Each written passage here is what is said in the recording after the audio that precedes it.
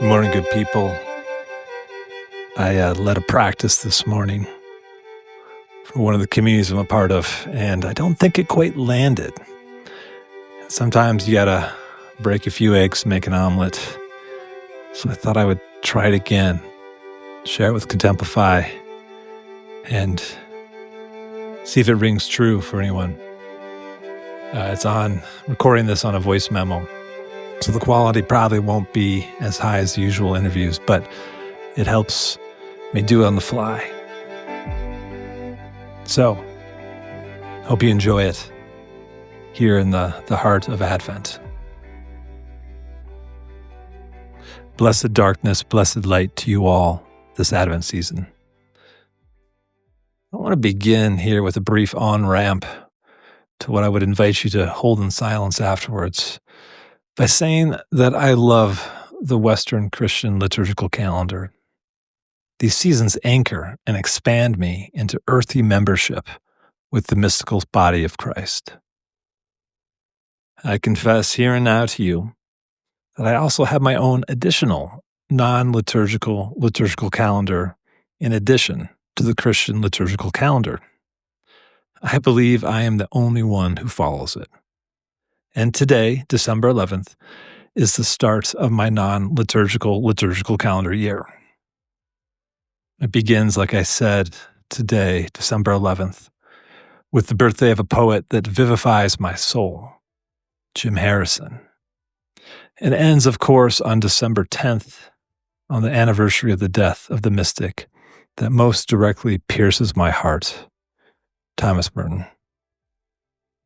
The life well lived, the life that calls to me, begins with the attentive eyes and soul of a poet, and ends with the boundless heart of a mystic. I have a photo of the poet Jim Harrison hanging over my desk as a reminder. And right next to him is Thomas Merton. Jim Harrison was a complicated man, certainly not admirable in all his ways. He was a bit of a John the Baptist type. His advice was much like John the Baptist. Harrison said that somebody has to stay outside. Now, what's strange about that, if you remember, Contemplify listeners, an author said that to me when I asked a question at their book reading. They brought up this quote. Another friend sent me that quote this week. And there's something to this. Somebody has to stay outside. Somebody has to stay outside of empire. In Father Richard Rohr's book, The Tears of Things, he says that John the Baptist is an unfinished prophet, staying outside of camp, outside the center, to critique the artificial religious consciousness of the day. In touch with the righteous anger, but maybe not fully in touch. As his work was to prepare an alternative way, the way of Jesus, without ever being able to fully embrace that way.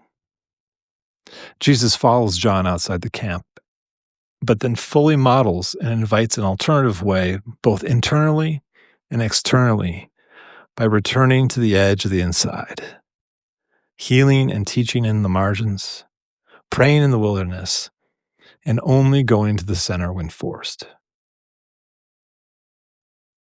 As I stand in the confluence of my personal liturgical calendar and this season of Advent, I hope we all move outside the center of empire consciousness, that we see, like John the Baptist and Jim Harrison, all that is busted and broken, and speak to it poetically and prophetically, but that we also don't stop with just words, that we digest the anger, grieve what is, and let it seed generative love with our hands. And then, with waking eyes, pray in the mountains, reside in the margins, in bumpy solidarity with the shared woundedness of this Christ-soaked world, allowing our hearts to break open even wider. Like a liturgical calendar, this is a cyclical process I move through repeatedly.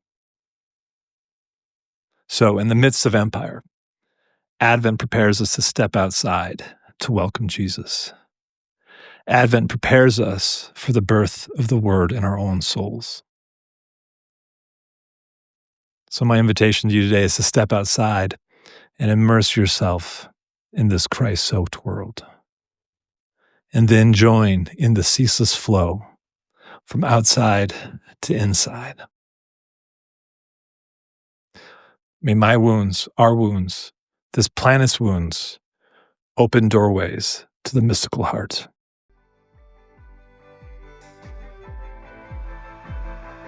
This is just a little Advent musing as you steep in the darkness, waiting for the light.